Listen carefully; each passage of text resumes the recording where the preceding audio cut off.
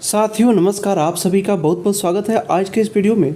साथियों आज के भी इस वीडियो में बहुत ही शानदार प्रश्न है। चलिए हम लोग प्रश्नों को देखते हैं। ठीक है, चलिए वीडियो अच्छा लगे तो आप सभी से मैं हमेशा बोलता हूं कि अगर अच्छा लगे तो मेरे मोटिवेशन के लिए वीडियो लाइक कर दिया करिए, ताकि मुझे लगे कि हाँ साथियों को कैसा कंटेंट लग रहा है। आपके उस लाइक से मुझे पता लगता है कि मैं अच्छा काम कर रहा हूँ। और कमेंट में अपना विचार साथियों ज़रूर लिखिएगा। किसी भी तरह की अगर आपको कमी भी दिखे तो आप ज़रूर बताइएगा मुझे। और चलिए हम लोग प्रश्नों को देखते हैं। एजुकेशन गैंग में यूट्यूब चैनल को सब्सक्राइब कर लीजिएगा किसी भी अपडेट के लिए, और टेलीग्राम चैनल को आप ज्वाइन कर सकते हैं पीडीएफ मटेरियल के लिए। तो चलिए प्रश्न देखते हैं। प्राचीन कला केंद्र कहाँ पर स्थित है? प्राचीन कला केंद्र कहाँ पर स्थित है साथियों? तो चंडीगढ़ में है। ठीक है, चंडीगढ़ से संबंधित है प्राचीन कला केंद्र। अगला क्वेश्चन है, ठुमरी अंग से गाई जाने वाली होरी को क्या कहते हैं? तो ठुमरी अंग से जो होरी गाई जाती है उसे क्या कहते हैं? कच्ची होरी इसका आंसर हो जाएगा। सटीक जवाब कच्ची होरी इसका हुआ। अगला क्वेश्चन है, मत कोकिला बीड़ा में कितने तारों का उल्लेख है? तो मत कोकिला बीड़ा में कितने तारों का उल्लेख है साथियों? 21 तारों से ये संबंधित है। मत कोकिला बीड़ा 21 तारों का इसमें उल्लेख मिलता है। कुल ललित कलाएं कितनी मानी गई हैं साथियों? ललित कलाएं कुल 5 मानी गई है, जिसमें आपका एक संगीत कला भी है, ठीक है, आपका चित्रकला भी है। मतलब इन सभी को मिला करके कुल ललित कलाएं जो है 5 मानी गई हैं। ठीक है, तो आंसर जो हम लोग का 5 आंसर हो जाएगा। क्रमिक पुस्तक मालिका के कितने भाग हैं? क्रमिक पुस्तक मालिका कितने भाग है साथियों? 6 भाग है। क्रमिक पुस्तक मालिका के 6 भाग किसने लिखा था? विष्णु नारायण भातखंडे जी ने क्रमिक पुस्तक मालिका की रचना किया है। अगला क्वेश्चन हम लोग देख लेंगे। अगला क्वेश्चन है हम लोग का, थोड़ा सा प्रश्न को बड़ा कर ले ताकि आप सभी को स्पष्ट दिख सके।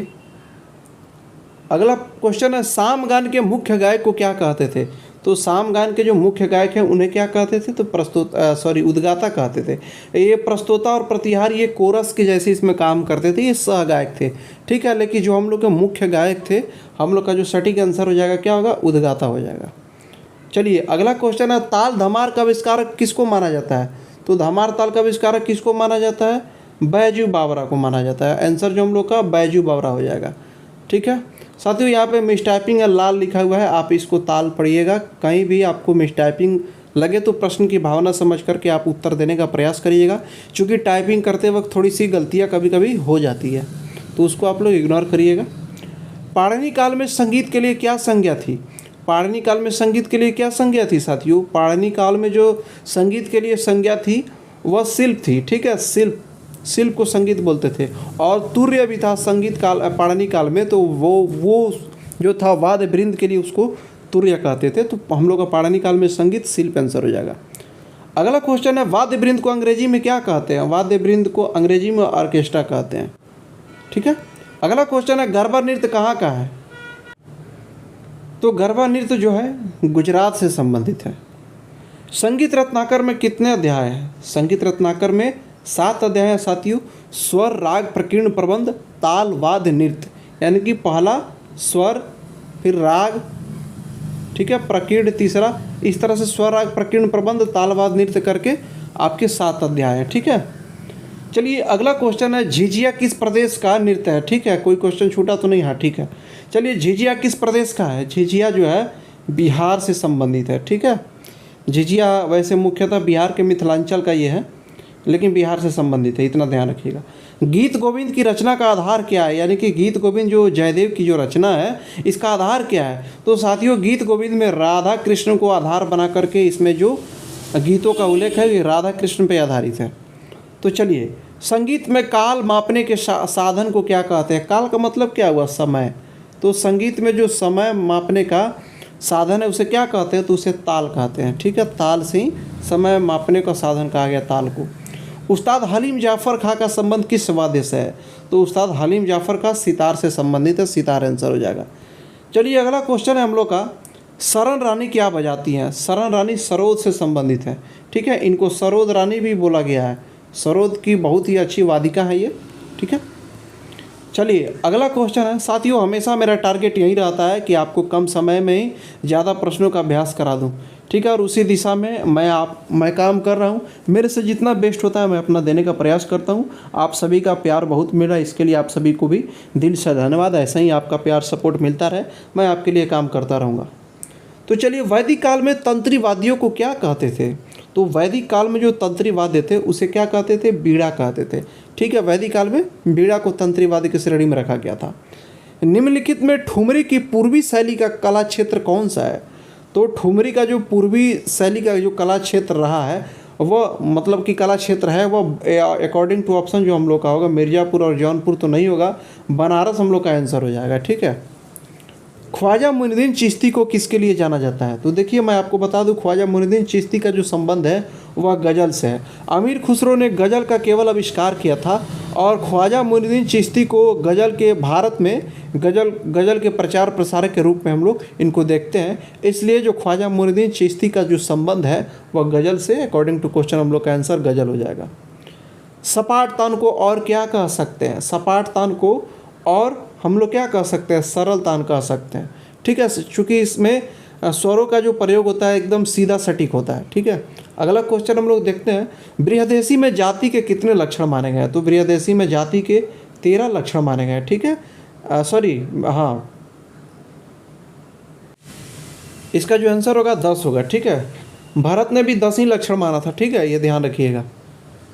चलिए अगला क्वेश्चन है, उत्तरी संगीत में कितने गमक है? उत्तरी संगीत में जो गमक हैं वह 15 गमक माने गए हैं। जो हम लोग का उत्तरी संगीत है गमक के प्रकार 15 माने गए हैं, ठीक है। ये क्वेश्चन ध्यान रखिएगा। 21 नंबर क्वेश्चन का जो आंसर होगा विदेशी में जाति के लक्षण 10 होगा, ठीक है। आप भारत को लेकर के कन्फ्यूज ना होइएगा, भारत ने भी 10 ही माना था, ठीक है। अगला क्वेश्चन है, ये हम लोग 22 नंबर देख लिए क्वेश्चन। अब 23 नंबर क्वेश्चन है, 3 ताल में कितने ताली हैं? बहुत ईजी क्वेश्चन है। 3 ताल में 3 ताली है, ठीक है, एक खाली है। अगला क्वेश्चन है, कर्नाटक खंड जाति में कितने मात्रा है? तो कर्नाटक जो 5 जाति हैं तालों के, उसमें खंड जो है उसमें 5 मात्रा है, ठीक है, ये ध्यान रखिएगा। चलिए, स्वामी हरिदास क्या गाते थे? स्वामी जो हरिदास थे तानसेन के गुरुजी, ये ध्रुपद से संबंधित थे। अकॉर्डिंग टू क्वेश्चन और ऑप्शन हम लोग आंसर एलिमिनेट करते हैं, ठीक है। तो जो स्वामी हरिदास थे वो ध्रुपद से संबंधित थे। शाडव संपूर्ण जाति, साथियों यहाँ पे भी मिस टाइपिंग है। एक्चुअली शाडव इस ढंग से लिखते हैं हम लोग, लेकिन अगर आपको कहीं भी ये लिखे टाइपिंग में तो आप उसको ध्यान न दीजिएगा। प्रश्न की भावना समझ करके आंसर देने का प्रयास करना है, हम लोग को कैसे भी अभ्यास करना है। तो साडव संपूर्ण जाति में कितने स्वर रखे जाते हैं? तो साडव का मतलब 6 और संपूर्ण का मतलब 7, तो 6 और 7 हम लोग का आंसर हो जाएगा। विकृष्ट शब्द से क्या समझते हैं?